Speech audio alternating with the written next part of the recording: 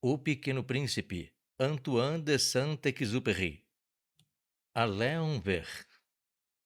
Peço perdão às crianças por dedicar este livro a uma pessoa grande. Tenho uma desculpa séria. Essa pessoa grande é o melhor amigo que possuo no mundo. Tenho uma outra desculpa. Essa pessoa grande é capaz de compreender todas as coisas, até mesmo os livros de criança. Tenho ainda uma terceira. Essa pessoa grande mora na França e ela tem fome e frio. Ela precisa de consolo. Se todas essas desculpas não bastam, eu dedico então esse livro à criança que essa pessoa grande já foi. Todas as pessoas grandes foram um dia crianças, mas poucas se lembram disso. Corrijo, portanto, a dedicatória. A Léon Vert, quando ele era pequenino. Capítulo 1. Certa vez, quando tínhamos 6 anos, vi num livro sobre a Floresta Virgem, Histórias Vividas, uma imponente gravura. Representava ela uma jiboia que engolia uma fera. Eis a cópia do desenho. Dizia o livro: as jiboias engolem sem mastigar a presa inteira. Em seguida, não podem mover-se e dormem os 6 meses na digestão. Refleti muito então sobre as aventuras da selva e fiz com lápis de cor o meu primeiro desenho. Meu desenho número 1 era assim. Mostrei minha obra-prima às pessoas grandes e perguntei se meu desenho lhes fazia medo. Responderam-me: por que é que um chapéu faria medo? Meu desenho não representava um chapéu. Representava uma jiboia digerindo um elefante. Desenhei então o interior da jiboia, a fim de que as pessoas grandes pudessem compreender. Elas têm sempre necessidade de explicações. Meu desenho número 2 era assim.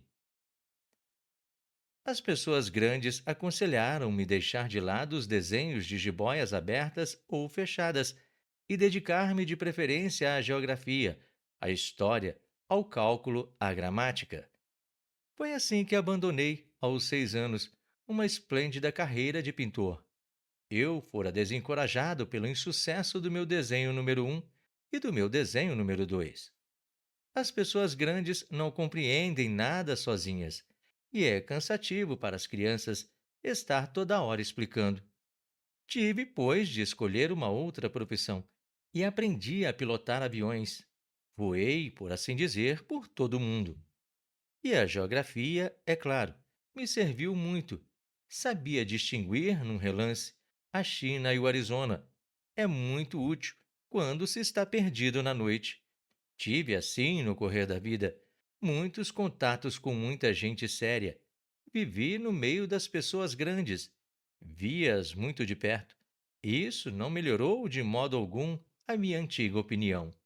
Quando encontrava uma que me parecia um pouco lúcida, fazia com que ela a experiência do meu desenho número 1, que sempre conservei comigo.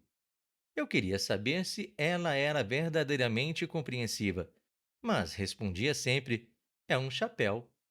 Então, eu não lhe falava nem de jiboias, nem de florestas virgens, nem de estrelas. Punha-me ao seu alcance. Falava-lhe de bridge, de golfe, de política, de gravatas, e a pessoa grande ficava encantada de conhecer um homem tão razoável. Capítulo 2. Vivi, portanto, só, sem amigo com quem pudesse realmente conversar, até o dia, cerca de 6 anos atrás, em que tive uma pane no deserto do Saara. Alguma coisa se quebrara no motor. E como não tinha mecânico ou passageiro, preparei-me para empreender sozinho o difícil conserto. Era, para mim, questão de vida ou de morte. Na primeira noite, adormeci, pois, sobre a areia, às milhas e milhas de qualquer terra habitada. Estava mais isolado que um náufrago numa tábua, perdido no meio do mar. Imagine então a minha surpresa quando, ao despertar do dia, uma vozinha estranha me acordou. Dizia: por favor, desenha-me um carneiro. Hein? Desenha-me um carneiro. Pus-me de pé, como atingido por um raio. Esfreguei os olhos, olhei bem. e vi um pedacinho de gente inteiramente extraordinário, que me considerava com gravidade. Eis o melhor retrato que mais tarde consegui fazer dele. Meu desenho é, seguramente, muito menos sedutor que o modelo. Não tenho culpa. Fora desencorajado aos 6 anos da minha carreira de pintor e só aprender a desenhar jiboias abertas e fechadas. Olhava, pois, essa aparição com olhos redondos de espanto. Não esqueçam que eu me achava a 1000 milhas de qualquer terra habitada. Ora, o meu homenzinho não me parecia nem perdido, nem morto de fadiga, nem morto de fome, de sede ou de medo. Não tinha absolutamente a aparência de uma criança perdida no deserto, a 1000 milhas da região habitada. Quando pude enfim articular palavra, perguntei-lhe: Mas que fazes aqui? E ele repetiu-me então, brandamente, como uma coisa muito séria: Por favor, desenha-me um carneiro. Quando o mistério é muito impressionante, a gente não ousa desobedecer. Por mais absurdo que aquilo me parecesse a 1000 milhas de todos os lugares habitados e em perigo de morte, tirei do bolso uma folha de papel e uma caneta. Mas lembrei-me, então, que havia estudado de preferência geografia, história, cálculo e gramática, e disse ao garoto, com um pouco de mau humor, que eu não sabia desenhar. Respondeu-me: Não tem importância. Desenha-me um carneiro.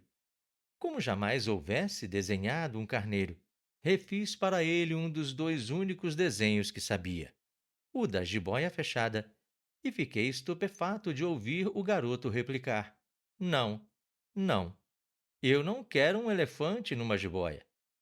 A jiboia é perigosa e o elefante toma muito espaço. Tudo é pequeno onde eu moro.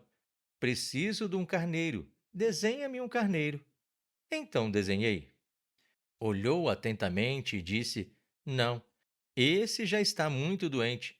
Desenha outro. Desenhei um novo. Meu amigo sorriu com indulgência. Bem vês que isto não é um carneiro, é um bode. Olha os chifres. Fiz mais uma vez o desenho, mas ele foi recusado como os precedentes. Este aí é muito velho. Quero um carneiro que viva muito.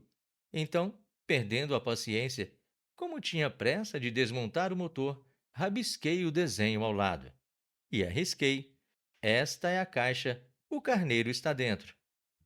Mas fiquei surpreso de ver iluminar-se a face do meu pequeno juiz. Era assim mesmo que eu queria. Será preciso muito capim para esse carneiro? Por quê? Porque é muito pequeno onde eu moro. Qualquer coisa chega. Eu te dei um carneirinho de nada. E inclinou a cabeça sobre o desenho. Não é tão pequeno assim. Olha, adormeceu. E foi desse modo que eu travei conhecimento um dia com o Pequeno Príncipe. Capítulo 3. Levei muito tempo para compreender de onde viera o príncipezinho, que me fazia milhares de perguntas. Não parecia sequer escutar as minhas, palavras pronunciadas ao acaso e que foram, pouco a pouco, revelando tudo. Assim, quando viu pela primeira vez meu avião, não vou desenhá-lo aqui, é muito complicado para mim. Perguntou-me bruscamente: Que coisa é aquela? Não é uma coisa. Aquilo voa. É um avião. O meu avião. Eu estava orgulhoso de lhe comunicar que eu voava. Então ele exclamou: Como? Tu caístes do céu? Sim, disse eu modestamente. Ah, como é engraçado! E o príncipezinho deu uma bela risada, que me irritou profundamente. Gosto que levem a sério as minhas desgraças. Em seguida acrescentou: Então, tu também vens do céu? De que planeta és tu? Vislumbrei um clarão no mistério da sua presença e interroguei bruscamente: Tu vens então de outro planeta? Mas ele não me respondeu. Balançava levemente a cabeça, considerando o avião. É verdade que nisto aí não podes ter vindo de longe. Mergulhou então num pensamento que durou muito tempo. Depois, tirando do bolso o meu carneiro, ficou contemplando o seu tesouro. Poderão imaginar que eu ficaria intrigado com aquela semi-confidência sobre os outros planetas. Esforcei-me então por saber mais um pouco. De onde vens, meu bem? Onde é tua casa? Para onde queres levar meu carneiro? Ficou meditando em silêncio e respondeu depois: O bom é que a caixa que me destes poderá, de noite, servir de casa. Sem dúvida. Se tu fores bonzinho, darei também uma corda para amarrá-lo durante o dia e uma estaca. A proposta pareceu chocá-lo. Amarrar? Que ideia esquisita! Mas se tu não amarras, ele vai-se embora e se perde. E meu amigo deu uma nova risada. Mas onde queres que ele vá? Não sei. Por aí? Andando sempre para frente? Então o príncipezinho observou, muito sério. Não faz mal. É tão pequeno onde moro. E depois, talvez com um pouco de melancolia, acrescentou ainda: Quando a gente sempre anda para frente, não pode mesmo ir longe. Capítulo 4. Eu aprendera, pois, uma segunda coisa importantíssima. O seu planeta de origem era pouco maior que uma casa. Não era surpresa para mim. Sabia que, além dos grandes planetas Terra, Júpiter, Marte ou Vênus, aos quais se deram nomes a centenas e centenas de outros, por vezes tão pequenos que mal se veem no telescópio. Quando o astrônomo descobre um deles, dá-lhe por nome um número. Chama-o, por exemplo, asteroide 3251. Tenho sérias razões para supor que o planeta de onde vinha o príncipe era o asteroide B612. Esse asteroide foi levado uma vez ao telescópio, em 1909, por um astrônomo turco. Ele fizera na época uma grande demonstração da sua descoberta num congresso internacional de astronomia, mas ninguém lhe dera crédito por causa das roupas que usava. As pessoas grandes são assim. Infelizmente, para a reputação do asteroide B612, um ditador turco obrigou o povo, sob pena de morte, a vestir-se à moda europeia. O astrônomo repetiu sua demonstração em 1920, numa elegante casaca. Então, dessa vez, todo mundo se convenceu. Se lhes dou esses detalhes sobre o asteroide B612 e lhes confio o seu número, é por causa das pessoas grandes. As pessoas grandes adoram os números. Quando a gente lhes fala de um novo amigo, elas jamais se informam do essencial. Não perguntam nunca qual é o som da sua voz, quais os brinquedos que prefere. Será que ele coleciona borboletas? Mas perguntam qual é a sua idade, quantos irmãos ele tem, quanto pesa, quanto seu pai ganha. Somente então é que elas julgam conhecê-la. Se dizemos às pessoas grandes: vi uma bela casa de tijolos cor-de-rosa, gerânios na janela, pombas no telhado, elas não conseguem, de modo algum, fazer uma ideia da casa. É preciso dizer-lhes: vi uma casa de 600 contos. Então elas exclamam: que beleza! Assim, se a gente lhes disser: a prova de que o príncipezinho existia é que ele era encantador, que ele ria e que ele queria um carneiro. Quando alguém quer um carneiro, é porque existe. Elas darão de ombro e nos chamarão de criança. Mas se dissermos, o planeta de onde ele vinha é o asteroide B612, ficarão inteiramente convencidos e não amolarão com perguntas. Elas são assim mesmo. É preciso não lhes querer mal por isso. As crianças devem ser muito indulgentes com as pessoas grandes. Mas nós que compreendemos a vida, nós não ligamos aos números. Gostaria de ter começado essa história à moda de contos de fada. Teria gostado de dizer. Era uma vez um pequeno príncipe que habitava num planeta pouco maior que ele e tinha necessidade de um amigo. Para aqueles que compreendem a vida, isto parecia sem dúvida muito mais verdadeiro, porque eu não gosto que leiam meu livro levianamente. Dá-me tanta tristeza narrar essas lembranças. Faz já 6 anos que meu amigo se foi com seu carneiro. Se tento descrevê-lo aqui, é justamente porque não quero esquecer. É triste esquecer um amigo. Nem todo mundo tem amigo. E eu corro o risco de ficar como as pessoas grandes, que só se interessam por números. Foi por causa disso que comprei uma caixa de tintas e alguns lápis também. É duro pôr-se a desenhar na minha idade, quando nunca se fez outra tentativa, além das jiboias fechadas e abertas dos longínquos 6 anos. Experimentarei, claro, fazer os retratos mais parecidos que puder, mas não tenho muita esperança de conseguir. Um desenho parece passável, o outro já é inteiramente diverso. Engano-me também no tamanho. Ora, o príncipezinho está muito grande, ora, pequeno demais.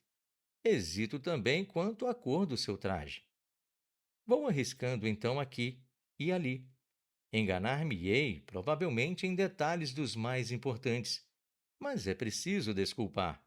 Meu amigo nunca dava explicações. Julgava-se talvez semelhante a ele. Mas, infelizmente, não sei ver carneiro através de caixa. Sou um pouco como as pessoas grandes. Acho que envelheci. Capítulo 5. Dia a dia, eu ficava sabendo mais alguma coisa do planeta, da partida, da viagem. Mas isso devagarinho, ao acaso das reflexões. Foi assim que vinha a conhecer o terceiro dia, o drama dos baobás. Dessa vez ainda, foi graças ao carneiro, pois bruscamente o príncipezinho me interrogou, tomado de grave dúvida. É verdade que os carneiros comem arbustos? É sim, verdade. Ah, que bom! Não compreendi logo por que era tão importante que os carneiros comessem arbustos, mas o príncipezinho acrescentou: por conseguinte, eles comem também os baobás? Fiz notar ao príncipezinho que os baobás não são arbustos, mas árvores grandes como igrejas, e que mesmo que ele levasse consigo todo o rebanho de elefantes, eles não chegariam a dar cabo de um único baobá. A ideia de um rebanho de elefantes fez rir o príncipezinho. Seria preciso botar um por cima do outro, mas notou em seguida, sabiamente, os baobás antes de crescer são pequenos. É fato. Mas por que desejas tu que os carneiros comam os baobás pequenos? Porque haveria de ser, respondeu-me, como se tratasse de uma evidência. E foi-me preciso um grande esforço de inteligência para compreender sozinho esse problema. Com efeito, no planeta do Príncipezinho havia, como em todos os outros planetas, ervas boas e más. Por conseguinte, sementes boas de ervas boas, sementes más de ervas más. Mas as sementes são invisíveis. Elas dormem no segredo da terra até que uma cisme de despertar. Então ela espreguiça e lança timidamente para o sol um inofensivo galinho. Se é de roseira ou rabanete, podemos deixar que cresça à vontade. Mas quando se trata de uma planta ruim, é preciso arrancar logo, mal a tenhamos conhecido. Ora, havia sementes terríveis no planeta do príncipezinho. As sementes de baobá. O sol do planeta estava infestado. E um baobá, se a gente custa a descobri-lo, nunca mais se livra dele. Atravanca todo o planeta, perfura com suas raízes. E se o planeta é pequeno e os baobás numerosos, o planeta acaba rachando. É uma questão de disciplina, disse mais tarde o príncipezinho. Quando a gente acaba a toalete da manhã, começa a fazer com cuidado a toalete do planeta. É preciso que a gente se conforme em arrancar regularmente os baobás que logo se distinguam das roseiras, com as quais muitos se parecem quando pequenos. É um trabalho sem graça, mas de fácil execução. E um dia aconselhou-me a tentar um belo desenho que fizesse essas coisas entrarem de uma vez na cabeça das crianças. Se algum dia tiverem de viajar, explicou-me, poderá ser útil para elas. Às vésperas, não há inconveniente em deixar um trabalho para mais tarde. Mas, quando se trata de baobá, é sempre uma catástrofe. Conheci um planeta habitado por um preguiçoso. Havia deixado 3 arbustos, e de acordo com as indicações do príncipezinho, desenhei o tal planeta. Não gosto de tomar o tom de moralista. Mas os perigos dos baobás é tão pouco conhecido, e tão grandes os riscos daquele que se perdesse no asteroide, que ao menos uma vez faço exceção à minha reserva. E digo, portanto, meninos, cuidado com os baobás. Foi para divertir meus amigos de um perigo que há tanto tempo os ameaçavas, como a mim, sem que pudéssemos suspeitar que tanto caprichei naquele desenho. A lição que eu dava valia a pena. Perguntarão, talvez, por que não há nesse livro outros desenhos tão grandiosos como o desenho dos baobás? A resposta é simples: tentei, mas não consegui. Quando desenhei os baobás, estava inteiramente possuído pelo sentimento de urgência. Capítulo 6. Assim, eu comecei a compreender pouco a pouco meu pequeno príncipezinho, a tua vidinha melancólica. Muito tempo não tivestes outra distração que a doçura do pôr do sol. Aprendi esse novo detalhe quando me dissestes, na manhã do quarto dia: Gosto muito de pôr do sol. Vamos ver um? Mas é preciso esperar. Esperar o quê? Esperar que o sol se ponha. Tu fizestes um ar de surpresa e logo depois riste de ti mesmo. Disseste-me: Eu imagino sempre estar em casa. De fato, quando é meio-dia nos Estados Unidos, o sol, todo mundo sabe, está se deitando na França. Bastaria ir à França num minuto para assistir ao pôr do sol. Infelizmente, a França é longe demais, mas no teu planeta pequeno, bastava apenas recuar um pouco a cadeira e contemplavas o crepúsculo de todas as vezes que desejavas. Um dia, eu vi o sol se pôr 43 vezes e um pouco mais tarde acrescentastes: Quando a gente está triste demais, gosta do pôr do sol. Estavas tão tristes assim no dia dos 43?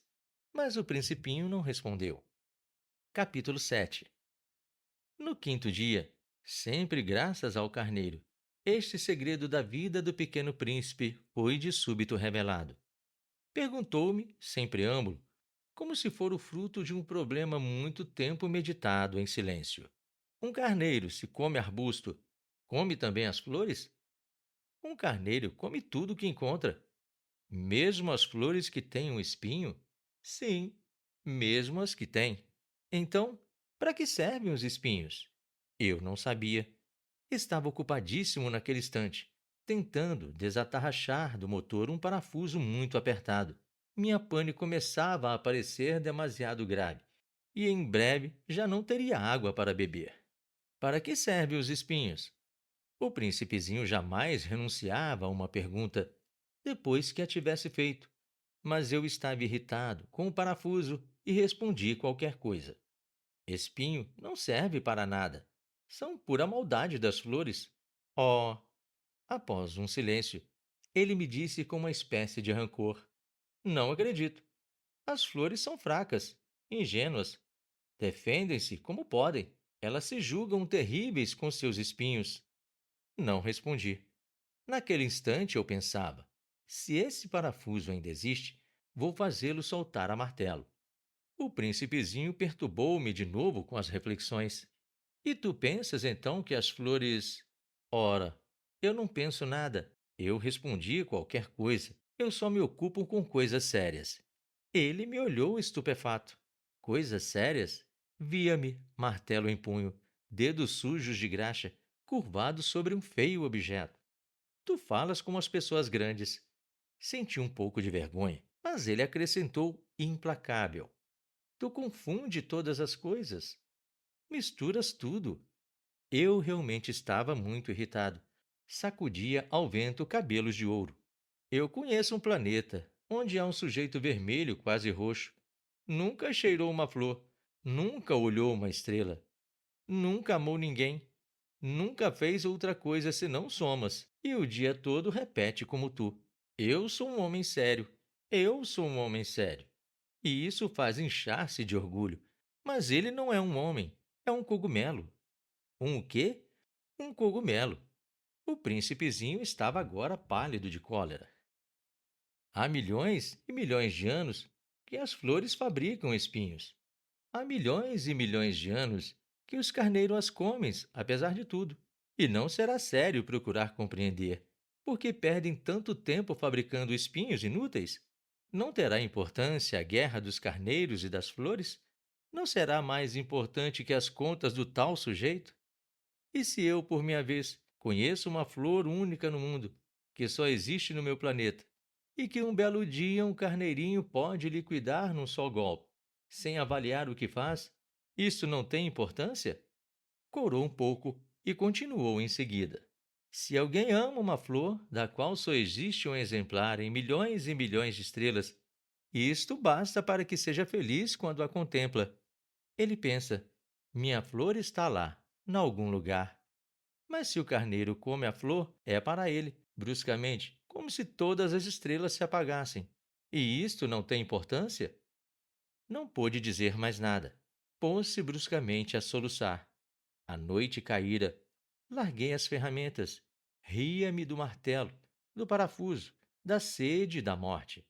Havia uma estrela num planeta, o meu, a Terra, um príncipezinho a consolar. Tomei-o nos braços, embalei-o e lhe dizia: a flor que tu amas não está em perigo. Vou desenhar uma pequena mordaça para o carneiro, uma armadura para a flor.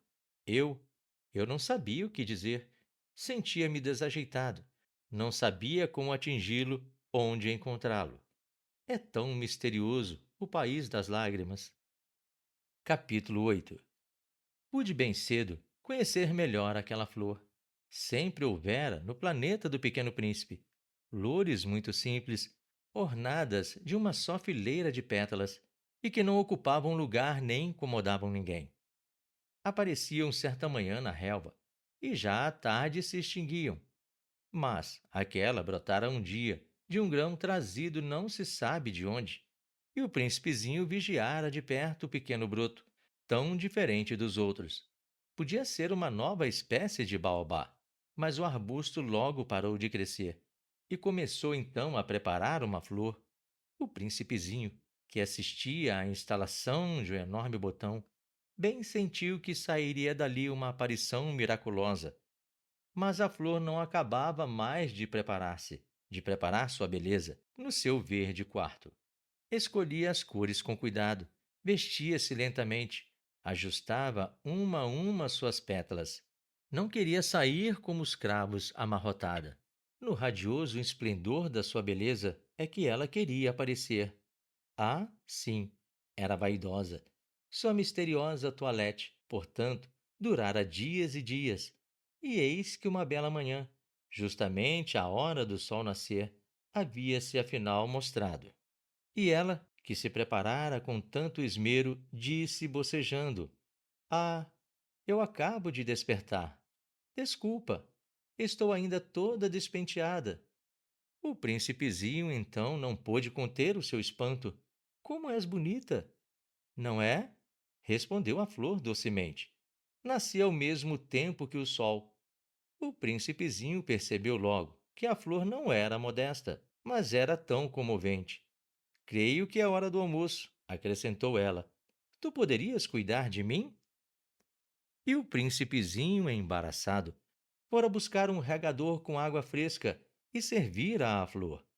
Assim, ela o afligira logo com sua mórbida vaidade. Um dia, por exemplo, falando dos seus 4 espinhos, dissera ao pequeno príncipe: é que eles podem vir, os tigres, com suas garras. Não há tigres no meu planeta, objetara o príncipezinho. E depois, os tigres não comem erva. Não sou uma erva, respondeu a flor suavemente. Perdoa-me. Não tenho receio dos tigres, mas tenho horror das correntes de ar. Não terias acaso um paravento? Horror das correntes de ar não é muito bom para uma planta, notara o príncipezinho. É bem complicada essa flor. À noite, me colocará sob redoma. Faz muito frio no seu planeta. Está mal instalado. De onde eu venho? Mas interrompeu-se de súbito. Viera em forma de semente. Não pudera conhecer nada dos outros mundos. Humilhada por se ter deixado apanhar numa mentira tão tola, tossiu 2 ou 3 vezes para pôr a culpa no príncipe. E o paravento? Ia buscá-lo. Mas tu me falavas. Então ela recobrara a tosse para infligir-lhe remorso. Assim, o príncipezinho, apesar da boa vontade do seu amor, logo duvidara dela, tomara a sério palavras sem importância e se tornara infeliz. Não a devia ter escutado. Confessou-me um dia: não se deve nunca escutar as flores, basta olhá-las, aspirar o perfume. A minha embalsamava o planeta, mas eu não me contentava com isso. A tal história das garras, que tanto me agastara, me devia ter enternecido. Confessou-me ainda: não soube compreender coisa alguma. Devia tê-la julgado pelos atos, não pelas palavras. Ela me perfumava, me iluminava. Não devia jamais ter fugido. Deveria ter-lhe adivinhado a ternura sobre os seus pobres ardis. São tão contraditórias as flores. Mas eu era jovem demais para saber amar. Capítulo 9. Creio que ele aproveitou para evadir-se pássaros selvagens que migravam. Na manhã da partida, pôs o planeta em ordem, revolveu cuidadosamente seus dois vulcões em atividade, pois possuía dois vulcões e era muito cômodo para esquentar o almoço. Também possuía um vulcão extinto, mas, como dizia ele, quem é que pode garantir? Resolveu também o extinto.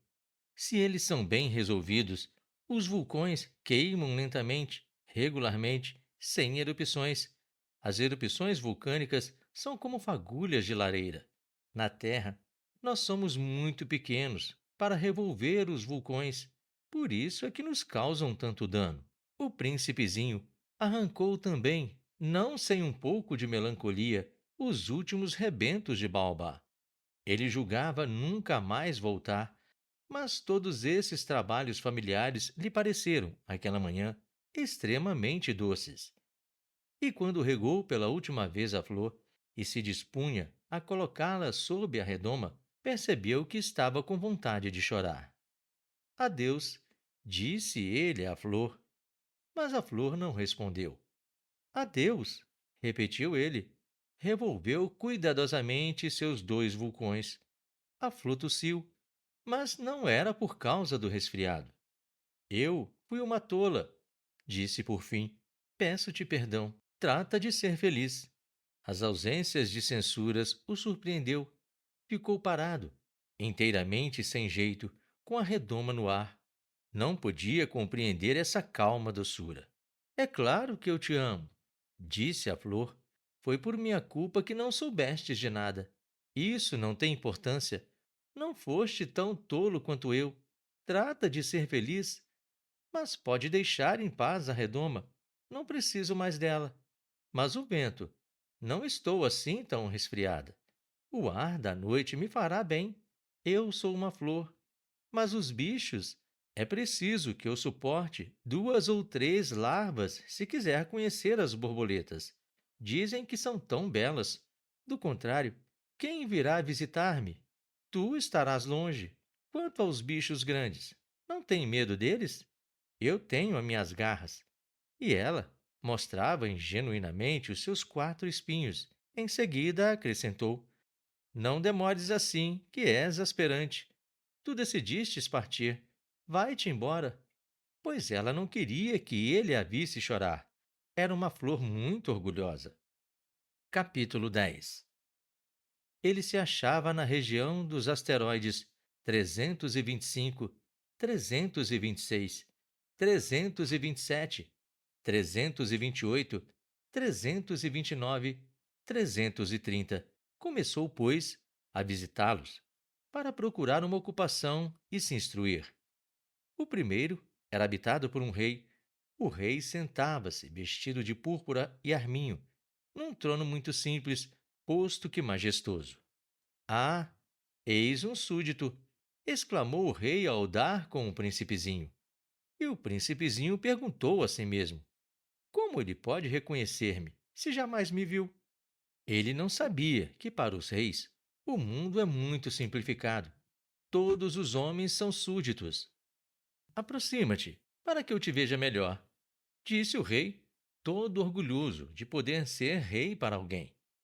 O príncipezinho procurou com olhos onde sentar-se, mas o planeta estava todo atravancado pelo magnífico manto de arminho. Ficou então de pé, mas, como estava cansado, bocejou.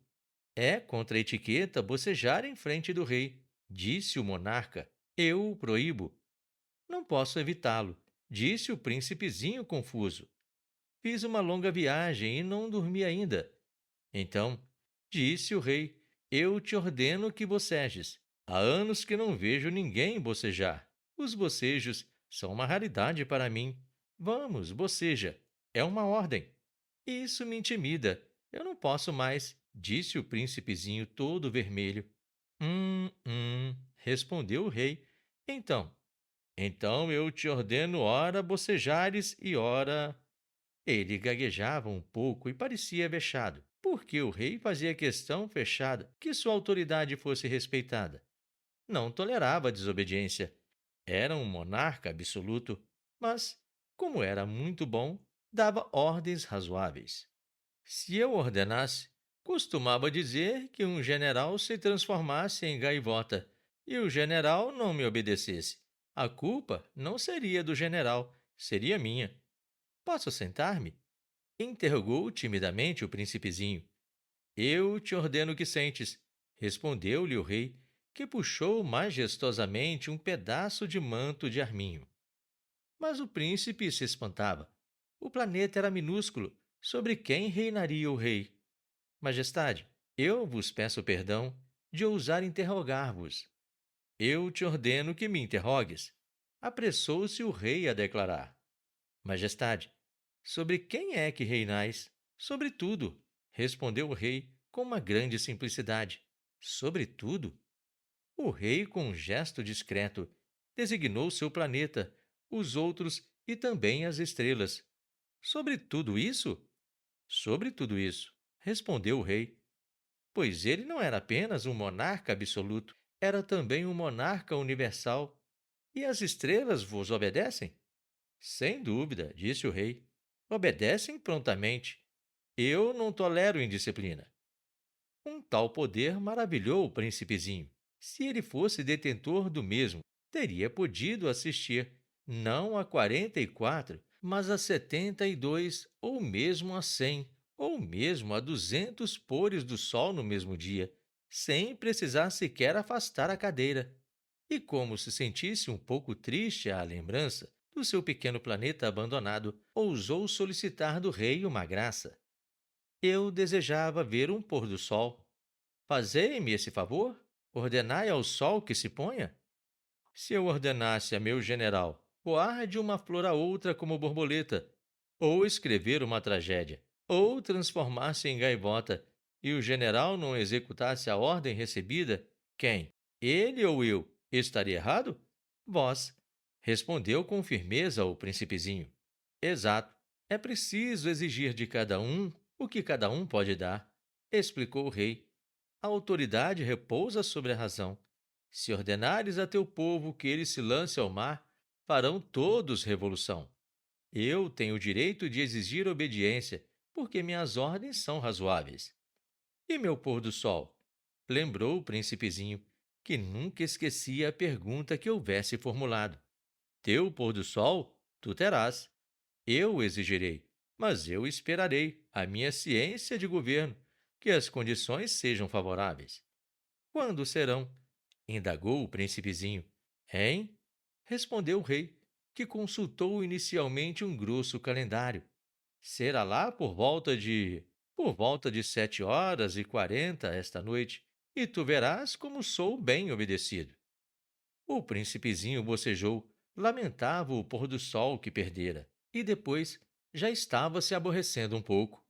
Não tenho mais o que fazer aqui, disse o rei. Vou prosseguir minha viagem. Não partas, respondeu o rei, que estava orgulhoso de ter um súdito. Não partas. Eu te faço ministro. Ministro de quê? Da justiça. Mas não há ninguém a julgar. Quem sabe? Disse o rei. Ainda não dei a volta no meu reino. Estou muito velho, não tenho lugar para a carruagem, e andar cansa-me muito. Oh, mas eu já vi, disse o príncipe, que se inclinou para dar ainda uma olhadela do outro lado do planeta. Não consigo ver ninguém. Tu julgarás a ti mesmo, respondeu-lhe o rei. É o mais difícil. É bem mais difícil julgar a si mesmo que julgar os outros. Se consegues julgar-te bem, eis um verdadeiro sábio. Mas eu posso julgar-me a mim próprio em qualquer lugar. replicou o príncipezinho. Não preciso para isso ficar morando aqui. Ah, disse o rei, eu tenho quase certeza de que há um velho rato no meu planeta. Eu o escuto de noite. Tu poderás julgar esse rato. Tu o condenarás à morte de vez em quando. Assim, a sua vida dependerá da tua justiça. Mas tu o perdoarás cada vez, para economizá-lo, pois só tem um. Eu, respondeu o príncipezinho, eu não gosto de condenar à morte, e acho que vou mesmo embora. Não, disse o rei, mas o príncipezinho, tendo acabado os preparativos, não quis afligir o velho monarca. Se Vossa Majestade deseja ser prontamente obedecido, poderá dar-me uma ordem razoável. Poderia ordenar-me, por exemplo, que partisse em menos de um minuto. Parece-me que as condições são favoráveis. Como o rei não dissesse nada, o príncipezinho hesitou um pouco. Depois suspirou e partiu. Eu te faço meu embaixador. Apressou-se o rei em gritar. Tinha um ar de grande autoridade. As pessoas grandes são muito esquisitas, pensava, durante a viagem, o príncipezinho. Capítulo 11. O segundo planeta, um vaidoso o habitava. Ha, ha! Um admirador vem visitar-me? Exclamou de longe o vaidoso, mal vira o príncipe. Porque para os vaidosos, os outros homens são sempre admiradores. Bom dia, disse o príncipezinho. Você tem um chapéu engraçado. É para agradecer, exclamou o vaidoso.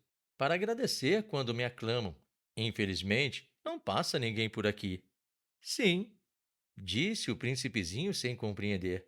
Bate as mãos uma na outra, aconselhou o vaidoso. O príncipezinho bateu as mãos uma na outra. O vaidoso agradeceu modestamente, erguendo o chapéu. Ah, isso é mais divertido que a visita ao rei, disse consigo mesmo o príncipezinho, e recomeçou a bater as mãos uma na outra. O vaidoso recomeçou a agradecer, tirando o chapéu. Após 5 minutos de exercício, o príncipezinho cansou-se com a monotonia do brinquedo. E para o chapéu cair, perguntou ele: que é preciso fazer? Mas o vaidoso não ouviu. Os vaidosos só ouvem elogios. Não é verdade que tu me admiras muito? Perguntou ele ao príncipezinho. Que quer dizer admirar? Admirar significa reconhecer que eu sou um homem mais belo, mais rico, mais inteligente e mais bem vestido de todo o planeta.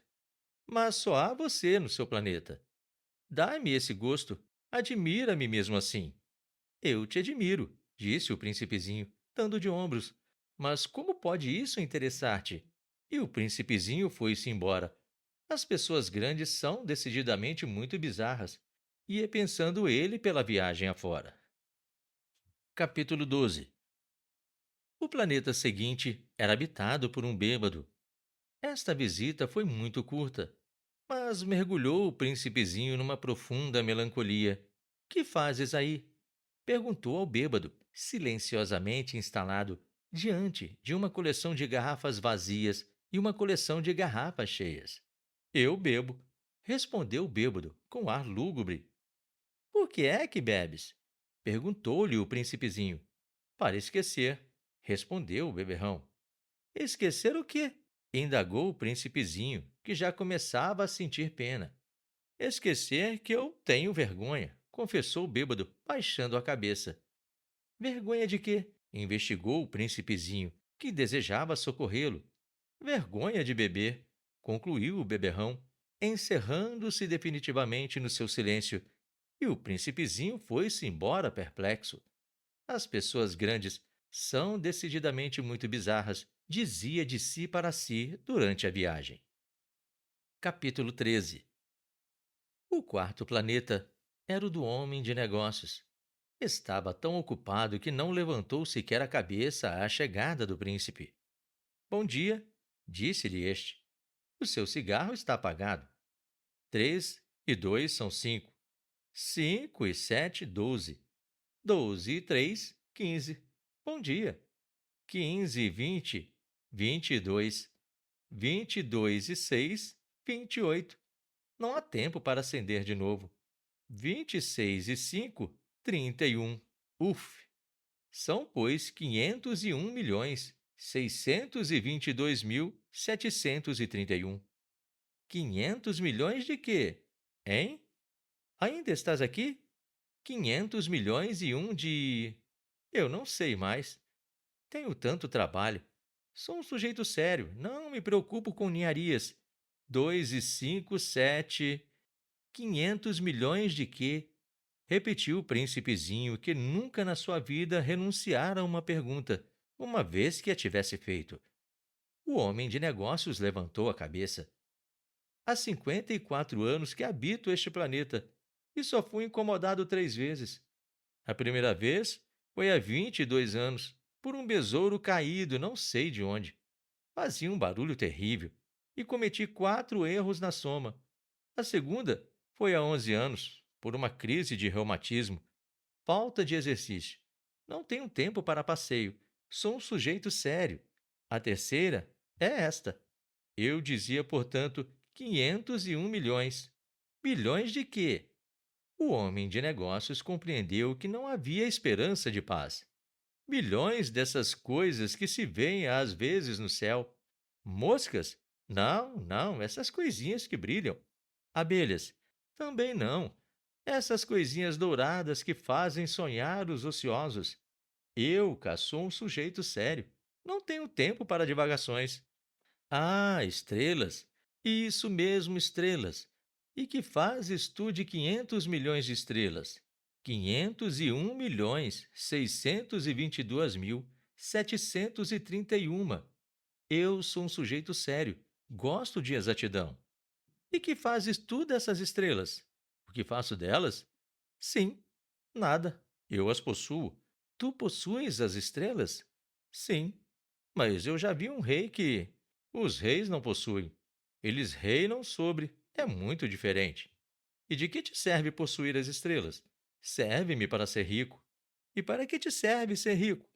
Para comprar outras estrelas, se alguém achar.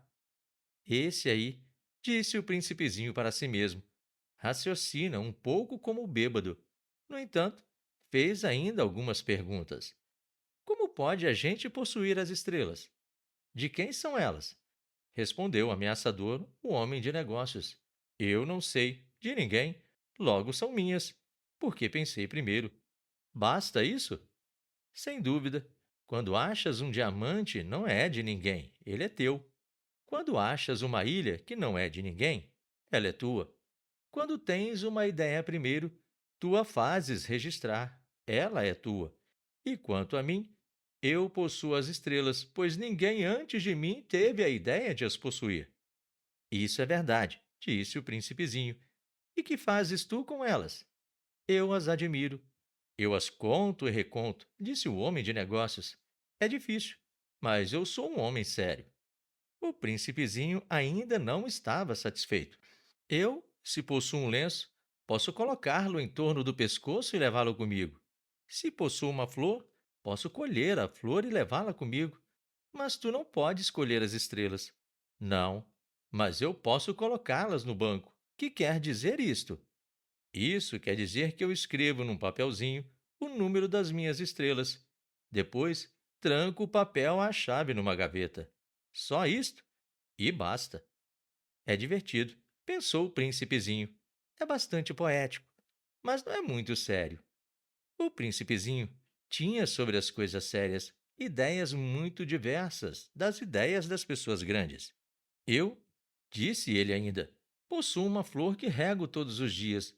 Possuo 3 vulcões que revolvo toda semana, porque revolvo também o que está extinto. A gente nunca sabe.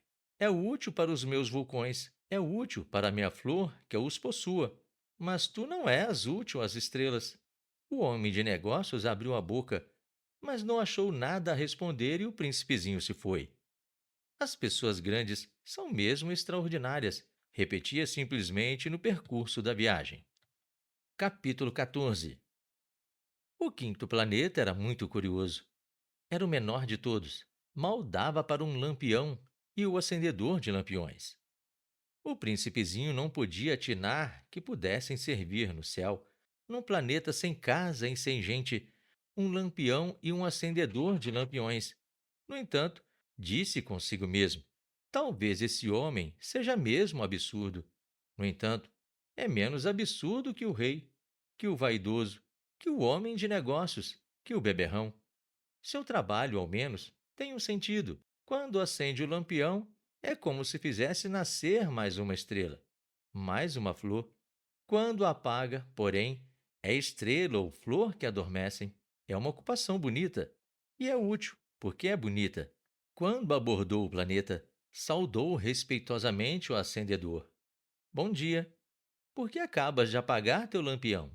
Eu executo uma tarefa terrível. É o regulamento. Respondeu o acendedor. Bom dia. Que é o regulamento? É apagar meu lampião. Boa noite. E tornou a acender. Mas por que acabas de o acender de novo? É o regulamento. Respondeu o acendedor. Eu não compreendo, disse o príncipezinho. Mas não é para compreender, disse o acendedor. Regulamento é regulamento. Bom dia. E apagou o lampião. Em seguida, enxugou a fronte num lenço de quadrinhos vermelhos. Eu executo uma tarefa terrível. Antigamente era razoável. Apagava de manhã e acendia à noite. Tinha o resto do dia para descansar e o resto da noite para dormir.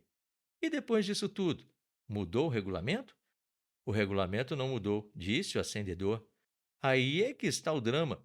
O planeta, de ano em ano, gira mais depressa e o regulamento não muda. E então? Disse o príncipezinho. Agora que ele dá uma volta por minuto, não tenho mais um segundo de repouso. Acendo e apago uma vez por minuto. Ah, que engraçado! Os dias aqui duram um minuto. Não é nada engraçado, disse o acendedor. Já faz um mês que estamos conversando. Um mês? Sim, 30 minutos, 30 dias. Boa noite. E acendeu o lampião. O príncipezinho considerou e amou aquele acendedor tão fiel ao regulamento. Lembrou-se dos pores do sol que ele mesmo produzia, recuando um pouco a cadeira. Quis ajudar o amigo. Sabes, eu sei de um modo de descansar quando quiseres. Eu sempre quero, disse o acendedor, pois a gente pode ser, ao mesmo tempo, fiel e preguiçoso. E o príncipezinho prosseguiu. Teu planeta é tão pequeno que podes, com 3 passos, dar-lhe a volta. Basta andares lentamente, bem lentamente, de modos a ficares sempre ao sol.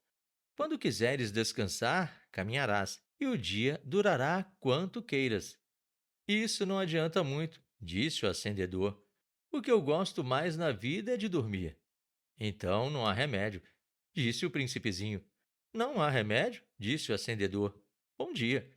E apagou seu lampião. Esse aí, disse para si o príncipezinho, ao prosseguir a viagem para mais longe, esse aí seria desprezado por todos. Os outros, o rei, o vaidoso, o beberrão, o homem de negócios. No entanto, é o único que não me parece ridículo. Talvez porque é o único que se ocupa de outra coisa que não seja ele próprio.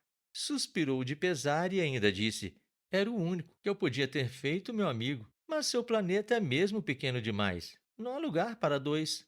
O que o príncipezinho não ousava confessar é que os 1440 pores do sol, em 24 horas, davam-lhe certa saudade do abençoado planeta. Capítulo 15. O sexto planeta era 10 vezes maior. Era habitado por um velho que escrevia livros enormes. Bravo! Eis um explorador! Exclamou ele, logo que viu o príncipezinho. O príncipezinho assentou-se na mesa ofegante. Já viajara bastante. De onde vens? Perguntou-lhe o velho. Que livro é esse? Perguntou-lhe o príncipezinho. Que faz o senhor aqui? Sou geógrafo, respondeu o velho. Que é um geógrafo? Perguntou o príncipezinho. É um sábio que sabe onde se encontram os mares, os rios, as cidades, as montanhas, os desertos.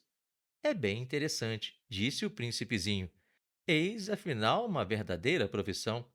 E lançou um olhar em torno de si no planeta geográfico. Nunca havia visto planeta tão majestoso. O seu planeta é muito bonito. Haverá oceanos nele? Como hei de saber? Disse o geógrafo. Ah, o príncipezinho estava decepcionado. E as montanhas? Como hei de saber? Disse o geógrafo. E cidades, e rios, e desertos? Como hei de saber? Disse o geógrafo pela terceira vez. Mas o senhor é geógrafo. É claro, disse o geógrafo. Mas não sou explorador. Há uma falta absoluta de exploradores. Não é o geógrafo que vai contar as cidades, os rios, as montanhas, os mares, os oceanos, os desertos. O geógrafo é muito importante para estar passeando. Não deixa um instante à escrivaninha, mas recebe os exploradores, interroga-os, anota as suas lembranças. E se as lembranças de alguns lhe pareçam interessantes, o geógrafo estabelece um inquérito sobre a moralidade do explorador. Por quê? Porque um explorador que mentisse produziria catástrofe nos livros de geografia, como o explorador que bebesse demais. Por quê? Perguntou o príncipezinho. Porque os bêbados vêm dobrado. Então o geógrafo anotaria duas montanhas onde há uma só. Conheço alguém, disse o príncipezinho, que seria um mau explorador. É possível. Pois bem, quanto à moralidade do explorador parece boa, faça uma boa investigação sobre a sua descoberta. Vai se ver. Não. Seria muito complicado, mas exige-se do explorador que lhe forneça provas. Tratando-se, por exemplo, de uma grande montanha, ele trará grandes pedras. O geógrafo de súbito se entusiasmou. Mas tu vens de longe. Tu és explorador? Tu me vais descrever o teu planeta? E o geógrafo, tendo aberto o seu caderno, apontou o seu lápis. Anotam-se primeiro a lápis as narrações dos exploradores. Espera-se, para cobrir a tinta, que o explorador tenha fornecido provas. Então, interrogou o geógrafo. Ó, onde eu moro, disse o príncipezinho, não é interessante. É muito pequeno. Eu tenho 3 vulcões, 2 vulcões em atividade e um vulcão extinto. A gente nunca sabe. A gente nunca sabe? Repetiu o geógrafo. Tenho também uma flor, mas nós não anotamos as flores, disse o geógrafo. Por que não? É o mais bonito. Porque as flores são efêmeras. Que quer dizer efêmera? As geografias, disse o geógrafo, são os livros de mais valor. Nunca ficam fora de moda. É muito raro que um monte troque de lugar. É muito raro um oceano esvaziar-se. Nós escrevemos coisas eternas, mas os vulcões extintos podem se reanimar. Interrompeu o príncipezinho. Que quer dizer efêmera? Que os vulcões estejam extintos ou não, isso dá no mesmo para nós, disse o geógrafo. O que nos interessa é a montanha. Ela não muda. Mas que quer dizer efêmera? Repetiu o príncipezinho, que nunca na sua vida renunciara a uma pergunta que tivesse feito. Quer dizer, ameaçada de próxima desaparição. Minha flor está ameaçada de próxima desaparição? Sem dúvida. Minha flor é efêmera, disse o príncipezinho, e não tem mais que 4 espinhos para defender-se do mundo. Eu a deixei sozinha. Foi seu primeiro movimento de remorso. Mas retomou a coragem. Que me aconselha a visitar? Perguntou ele. O planeta Terra. Respondeu-lhe o geógrafo. Goza de grande reputação. E o príncipezinho se foi, pensando na flor. Capítulo 16. O sétimo planeta foi, pois, a Terra. A Terra não é um planeta qualquer. Contam-se lá 111 reis, não esquecendo, é claro, os reis negros. 7.000 geógrafos, 900.000 negociantes, 7,5 milhões de beberrões, 311 milhões de vaidosos, isto é, cerca de 2 bilhões de pessoas grandes. Para dar-lhes uma ideia das dimensões da Terra, eu lhes direi que, antes da invenção da eletricidade, era necessário manter, para o conjunto dos 6 continentes, um verdadeiro exército de 472.512 acendedores de lampiões. Isto fazia, visto um pouco de longe, um magnífico efeito. Os movimentos desse exército eram ritmados como as de um balé de ópera. Primeiro, vinha a vez dos acendedores de lampiões da Nova Zelândia e da Austrália. Esses, em seguida, acesos os lampiões, iam dormir. Entrava, por sua vez, a dança dos acendedores de lampiões da China e da Sibéria. e também desapareciam nos bastidores. Vinha a vez dos acendedores de lampiões da Rússia e das Índias, depois os da África e da Europa, depois os da América do Sul, os da América do Norte, e jamais se enganavam na ordem de entrada, quando apareciam em cena. Era um espetáculo grandioso. Apenas dois, o acendedor do único lampião do Polo Norte e o seu colega do único lampião do Polo Sul, levavam vida ociosa e descuidada, trabalhavam 2 vezes por ano. Capítulo 17. Quando a gente chega, quer fazer graça, mente às vezes um pouco. Não fui lá muito honesto ao lhes falar dos acendedores de lampiões. Corro o risco de dar àqueles que não conhecem o nosso planeta uma falsa ideia dele. Os homens ocupam, na verdade, muito pouco lugar na superfície da Terra. Se os 2 bilhões de habitantes que povoam a Terra se mantivessem de pé, colados um ao outro, para como um comício, acomodar-se-iam facilmente numa praça pública de 20 milhas de comprimento por 20 de largura. Poder-se-ia juntar a humanidade toda na menor das ilhas do Pacífico. As pessoas grandes não acreditarão, é claro. Elas julgam ocupar muito espaço. Imaginam-se tão importantes como os baobás. Digam-lhes, pois, que façam o cálculo. Elas adoram os números. Ficarão contentes com isso. Mas vocês não percam tempo com esse problema de aritmética. Inútil. Vocês acreditam em mim. O príncipezinho, uma vez na terra, ficou, pois, muito surpreso de não ver ninguém. Já receara ter se enganado de planeta quando o anel cor de lua remexeu na areia. Boa noite, disse o príncipezinho inteiramente ao acaso. Boa noite, disse a serpente. Em que planeta me encontro? Perguntou o príncipezinho. Na Terra, na África, respondeu a serpente. Ah, e não há ninguém na Terra? Tu és um bichinho engraçado, disse ele, fino como um dedo. Aqui é o deserto. Não há ninguém nos desertos. A terra é grande, disse a serpente. O príncipezinho sentou-se numa pedra, ergueu os olhos para o céu. As estrelas são tão iluminadas. Não será para que cada um possa um dia encontrar a sua? Olha o meu planeta. Está justamente em cima de nós. Mas como está longe? O teu planeta é belo? Disse a serpente. Que vens fazer aqui? Tive dificuldades com uma flor, disse o príncipe. Ah! Exclamou a serpente. E se calaram. Onde estão os homens? Repetiu o príncipezinho. A gente está um pouco só no deserto. Entre os homens também, disse a serpente. O príncipezinho olhou-a longamente. Tu és um bichinho engraçado, disse ele, fino como um dedo. Mas sou mais poderosa do que o dedo de um rei, disse a serpente. O príncipezinho riu. Tu não és tão poderosa assim. Não tens sequer umas patas. Não podes sequer viajar. Eu posso levar-te mais longe que um navio, diz a serpente. Ela enrolou-se na perninha do príncipe, como um bracelete de ouro. Aquele que eu toco, eu devolvo à terra de onde veio, continuou a serpente. Mas tu és puro, tu vens de uma estrela. O príncipezinho não respondeu. Tenho pena de ti, tão fraco, nessa terra de granito. Posso ajudar-te um dia, se tiveres muita saudade do teu planeta. Posso. Oh, eu compreendi muito bem, disse o príncipezinho. Mas por que falas sempre por enigmas? Eu os resolvo todos os dias, diz a serpente. E calaram-se os dois. Capítulo 18. O príncipezinho atravessou o deserto e encontrou apenas uma flor de 3 pétalas, uma florzinha à toa. Bom dia, disse o príncipezinho.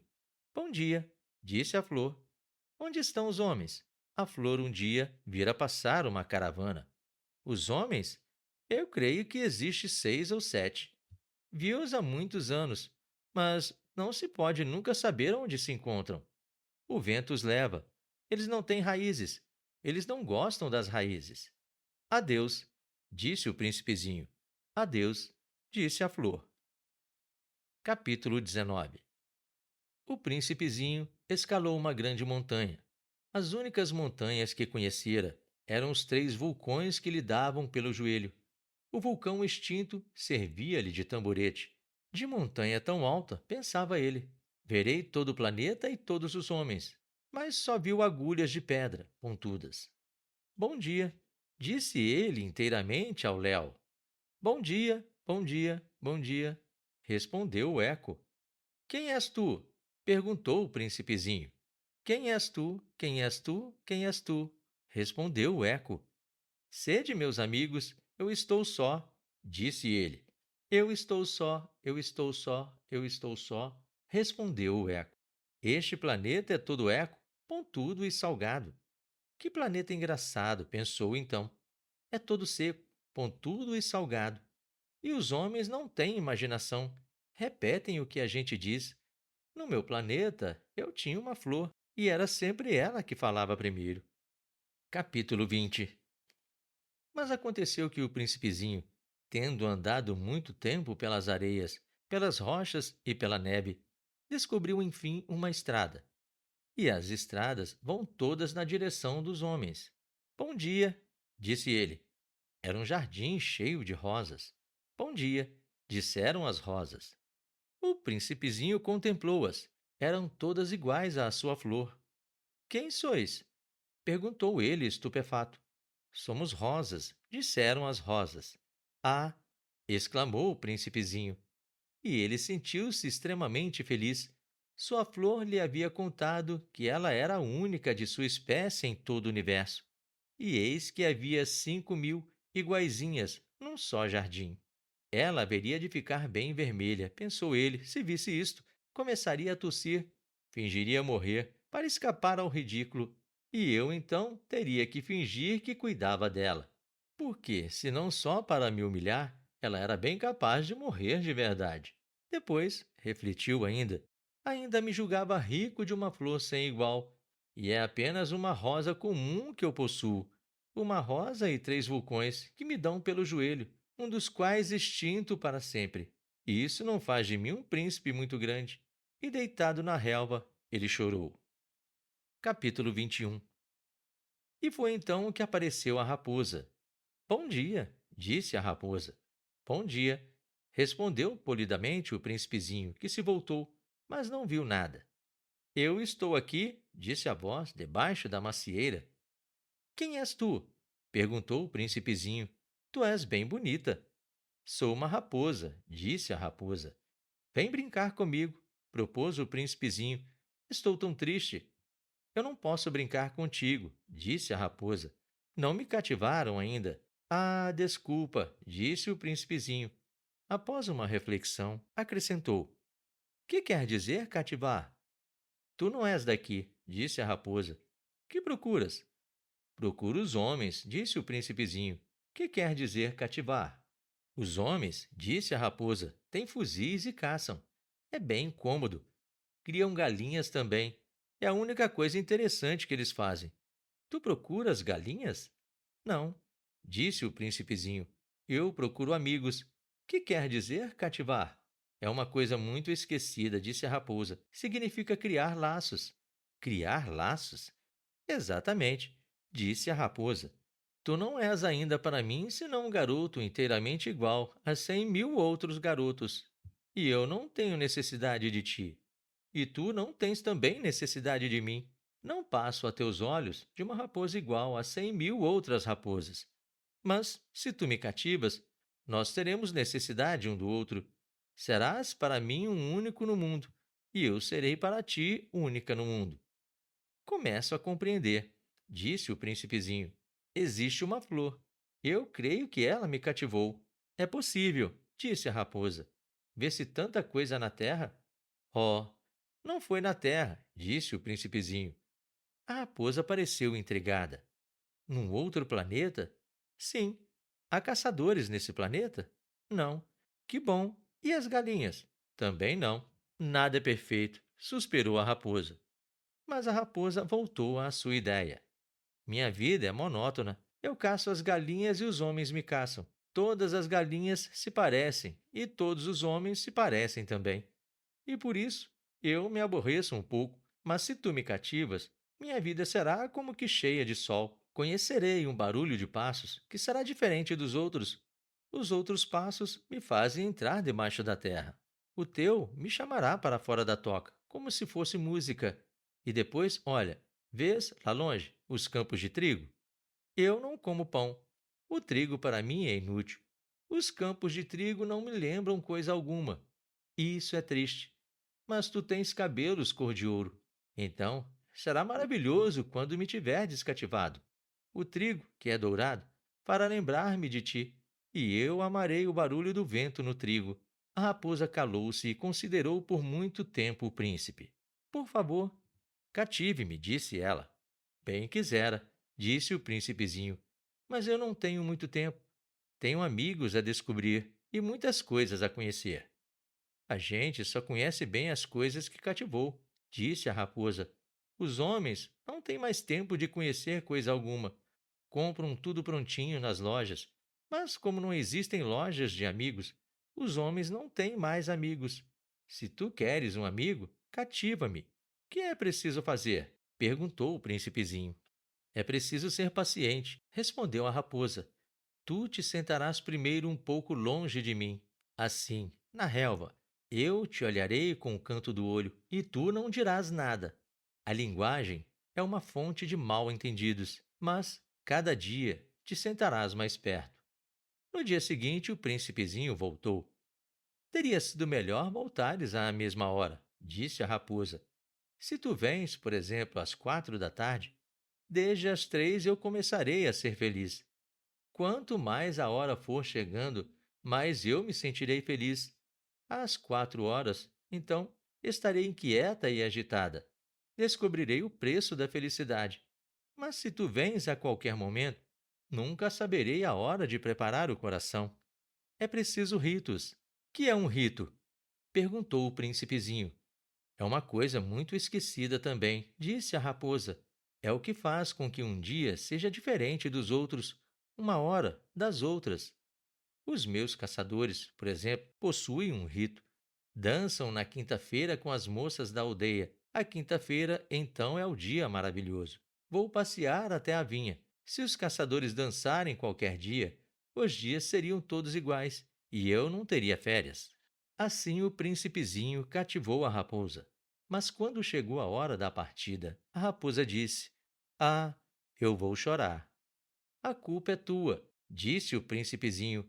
Eu não te queria fazer mal, mas tu quiseste que eu te cativasse. Quis, disse a raposa. Mas tu vais chorar, disse o príncipezinho. Vou, disse a raposa. Então, não sais lucrando nada. Eu lucro, disse a raposa por causa da cor do trigo.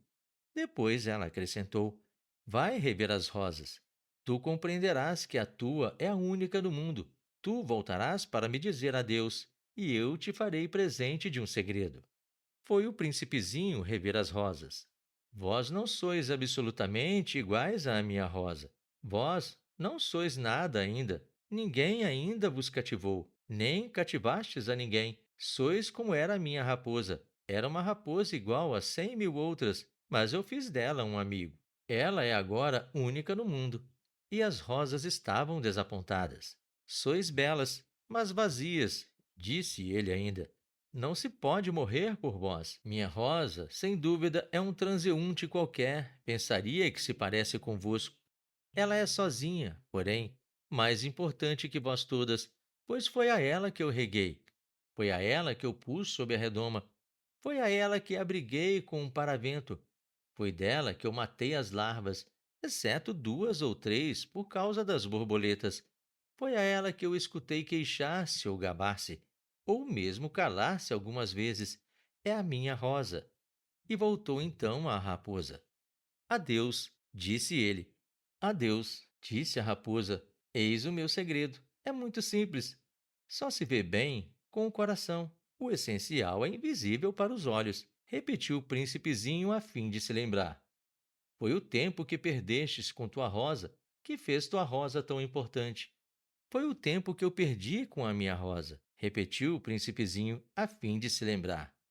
Os homens esqueceram essa verdade, disse a raposa, mas tu não a deves esquecer. Tu te tornas eternamente responsável por aquilo que cativas.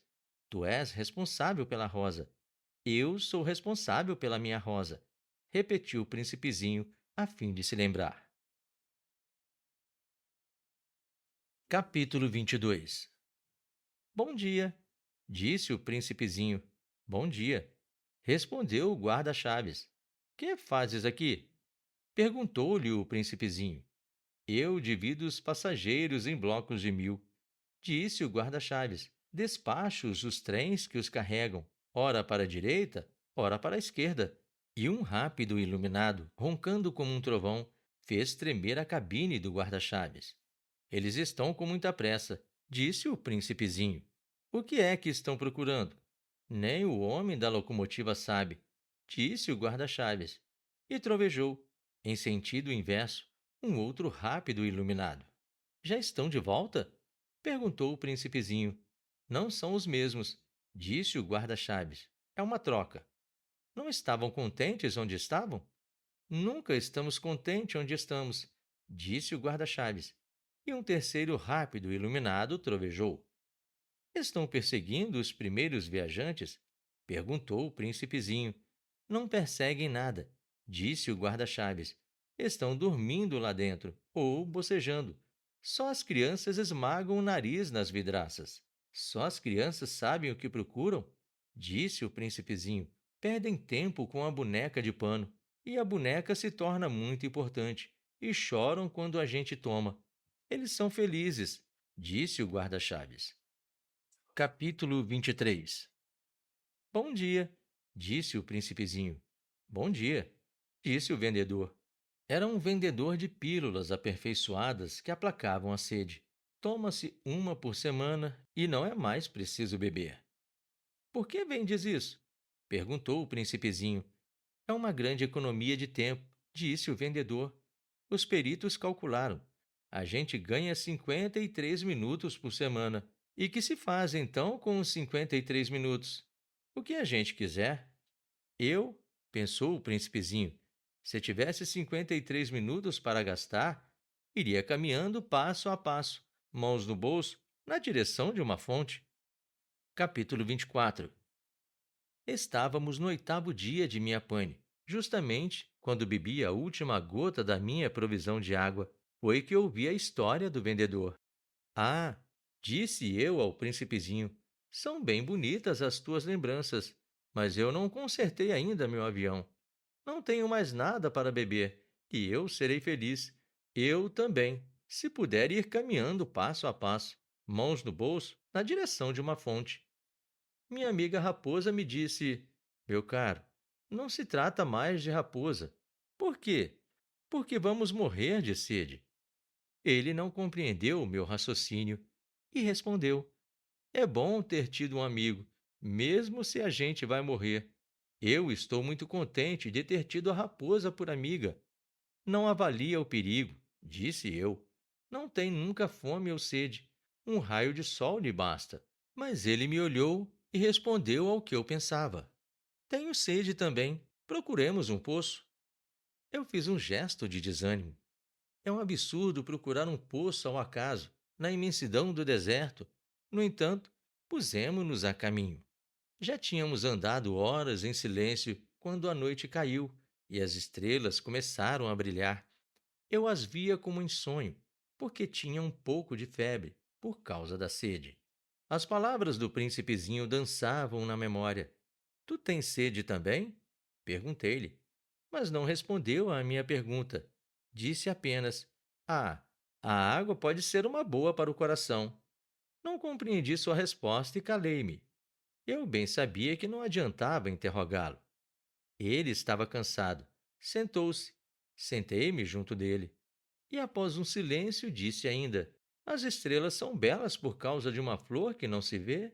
Eu respondi: Mesmo. E fitei sem falar a ondulação da areia enluarada. O deserto, belo, acrescentou. E era verdade. Eu sempre amei o deserto. A gente se senta numa duna de areia, não se vê nada, não se escuta nada, e, no entanto, no silêncio alguma coisa irradia. E o que torna belo o deserto, disse o príncipezinho, é que ele esconde um poço em algum lugar. Fiquei surpreso por compreender de súbito essa misteriosa irradiação da areia. Quando eu era pequeno, habitava uma casinha antiga e diziam as lendas que ali fora enterrado um tesouro. Ninguém, é claro, o conseguira descobrir, nem talvez mesmo o procurou. Mas ele encantava a casa toda. A minha casa escondia um tesouro no fundo do coração. Quer se trate da casa, das estrelas ou do deserto, disse eu ao príncipezinho. O que faz a sua beleza é invisível. Estou contente, disse ele, que estejas de acordo com a raposa. Como o príncipezinho adormecesse, tomei-o nos braços e prossegui a caminhada. Eu estava comovido. Tinha a impressão de carregar um frágil tesouro. Parecia-me mesmo não haver na terra nada mais frágil. Considerava à luz da lua a fronte pálida, os olhos fechados, as mechas de cabelos que tremiam ao vento. E eu pensava: o que eu vejo não é mais que uma casca, o mais importante é invisível. Como seus lábios entreabertos esboçassem um sorriso, pensei ainda: o que tanto me comove nesse príncipe adormecido é a sua fidelidade a uma flor. É a imagem de uma rosa que brilha nele, como a chama de uma lâmpada. Eu o pressentia então mais frágil ainda. É preciso proteger as lâmpadas com cuidado. Um sopro as pode apagar. E caminhando assim, eu descobri o poço. O dia estava raiando. Capítulo 25. Se enfurnam nos rápidos, mas não sabem o que procuram. Então eles se agitam, ficam rodando à toa. E acrescentou: e isso não adianta. O poço a que tínhamos chegado não se referia de forma alguma com os poços do Saara. Os poços do Saara são simples buracos na areia. Aquele parecia um poço de aldeia, mas não havia ali aldeia alguma, e eu julgava sonhar. É estranho, disse eu ao príncipezinho. Tudo está parado. A roldana, o balde e a corda. Ele riu, pegou a corda, fez girar a roldana. E a roldana gemeu como gemem os velhos cataventos quando o vento dormiu por muito tempo. Tu escutas? Disse o príncipe. Estamos acordando o poço. Ele canta. E não queria que ele fizesse esforço. Deixa que eu puxe, disse eu. É muito pesado para o teu tamanho. Lentamente, içei o balde até em cima e o instalei com cuidado na borda do poço. Nos meus ouvidos permanecia ainda o canto da roldana, e na água, que ainda brilhava, via tremer o sol. Tenho sede dessa água, disse o príncipezinho. Dá-me de beber? Eu compreendi o que ele havia buscado. Levantei-lhe o balde até a boca. Ele bebeu de olhos fechados. Era doce como uma festa. Essa água era muito mais que um alimento. Nascera da caminhada sob as estrelas, do canto da roldana, do esforço do meu braço. Era boa para o coração, como um presente. Quando eu era pequeno, todo o esplendor do presente de Natal estava também na luz da árvore, na música da missa de meia-noite, na doçura dos risos. Os homens do teu planeta, disse o príncipezinho, cultivam 5.000 rosas no mesmo jardim e não encontram o que procuram. Não encontram? Respondi. E, no entanto, o que eles buscam poderia ser achado numa só rosa, ou num pouquinho d'água. É verdade. E o príncipezinho acrescentou: mas os olhos são cegos. É preciso buscar com o coração.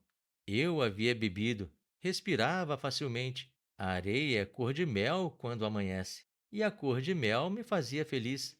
Por que haveria eu de estar triste? É preciso, disse o príncipezinho, que cumpras a tua promessa.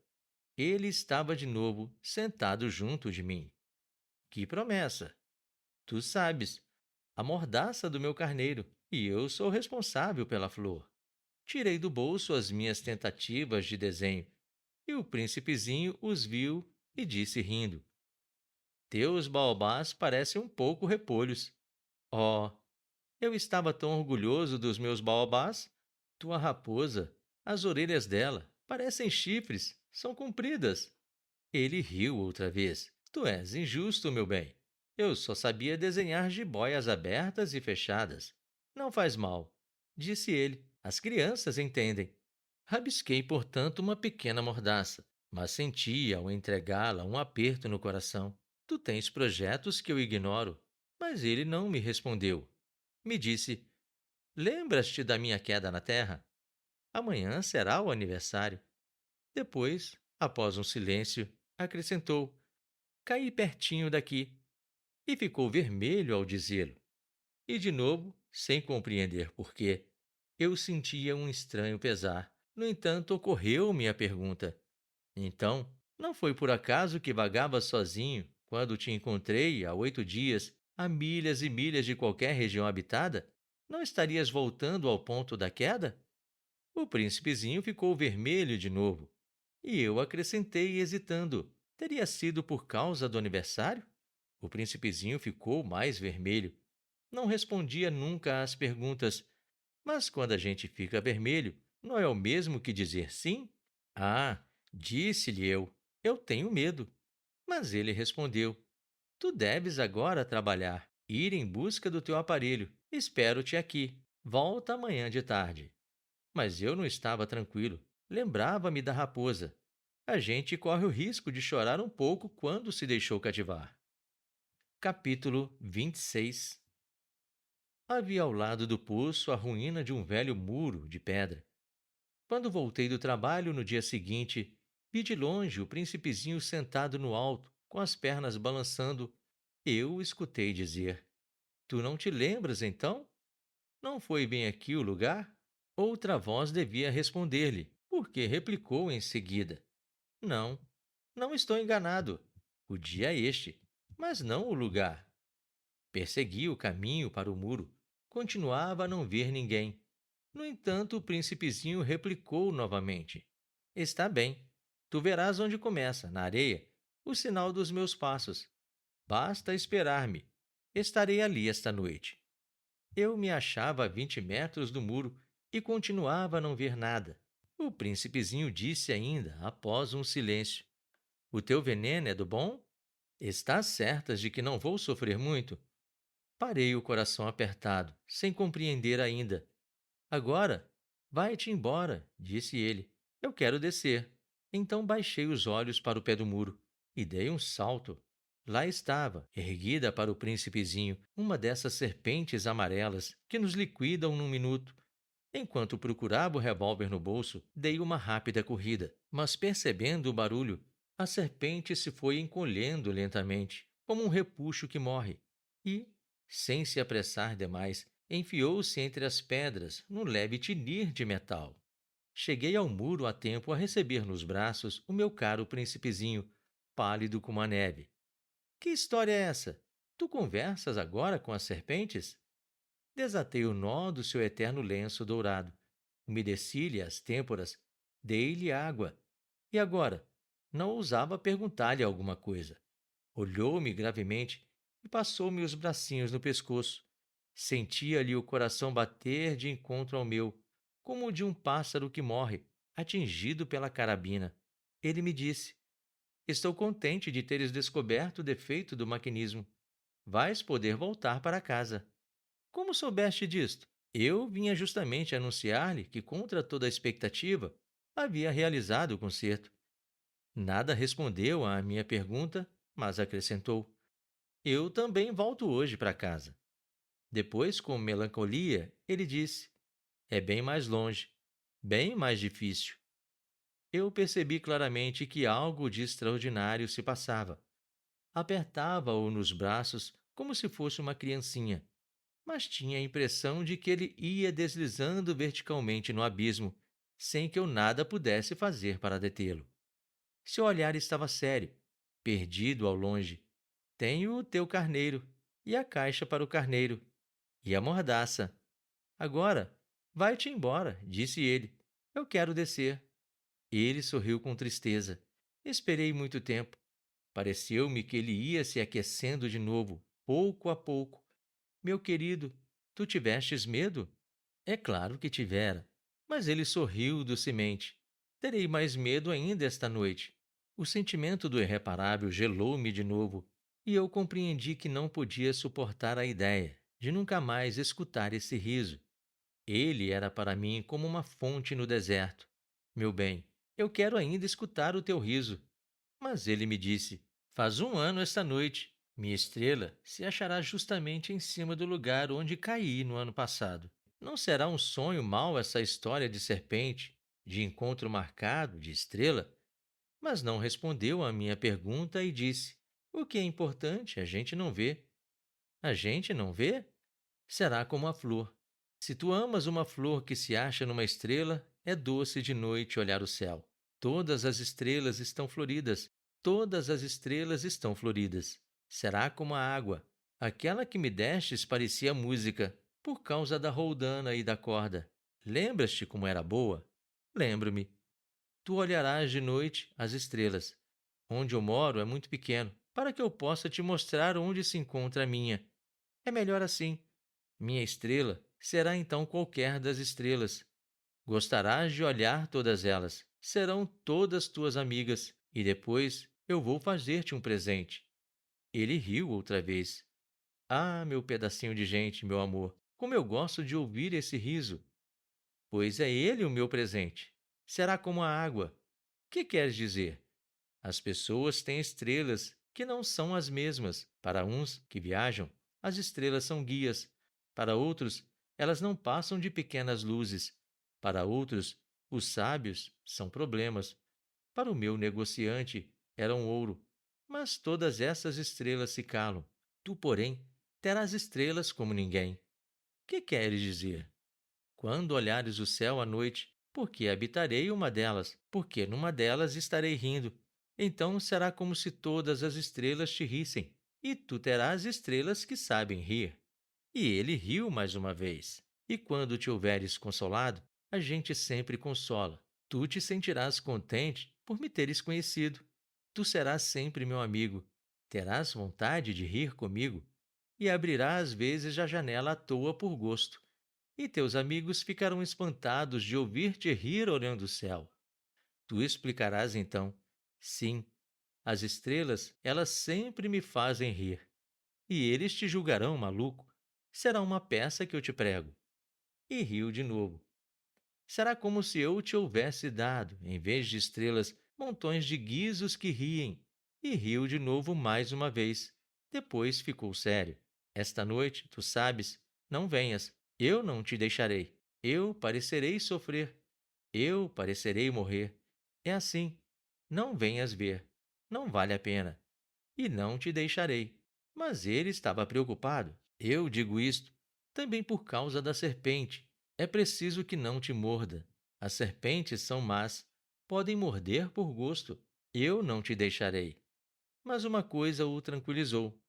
Elas não têm veneno, é verdade, para uma segunda mordida. Essa noite não o vi pôr-se a caminho. Evadiu-se sem rumor. Quando consegui apanhá-lo, caminhava decidido, a passo rápido. Disse-me apenas: Ah, estás aqui? E ele me tomou pela mão, mas afligiu-se ainda. Fizeste mal. Tu sofrerás. Eu parecerei morto e não será verdade. Eu me calava. Tu compreendes? É longe demais. Eu não posso carregar esse corpo. É muito pesado. Eu me calava. Mas será como uma velha casca abandonada. Uma casca de árvore não é triste. Eu me calava. Perdeu um pouco da coragem, mas fez ainda um esforço. Será bonito, sabes? Eu também olharei as estrelas. Todas as estrelas serão poços como uma roldana enferrujada. Todas as estrelas me darão de beber. Eu me calava. Será tão divertido. Tu terás 500 milhões de guizos e eu terei 500 milhões de fontes. E ele se calou também, porque estava chorando. É aqui. Deixe-me dar um passo sozinho. E sentou-se, porque ainda tinha medo. Disse ainda: Tu sabes, minha flor, eu sou responsável por ela. Ela é tão frágil, tão ingênua. Tem 4 espinhos de nada para defendê-la do mundo. Eu sentei-me também, pois não podia mais ficar de pé. Ele disse: Pronto, acabou-se.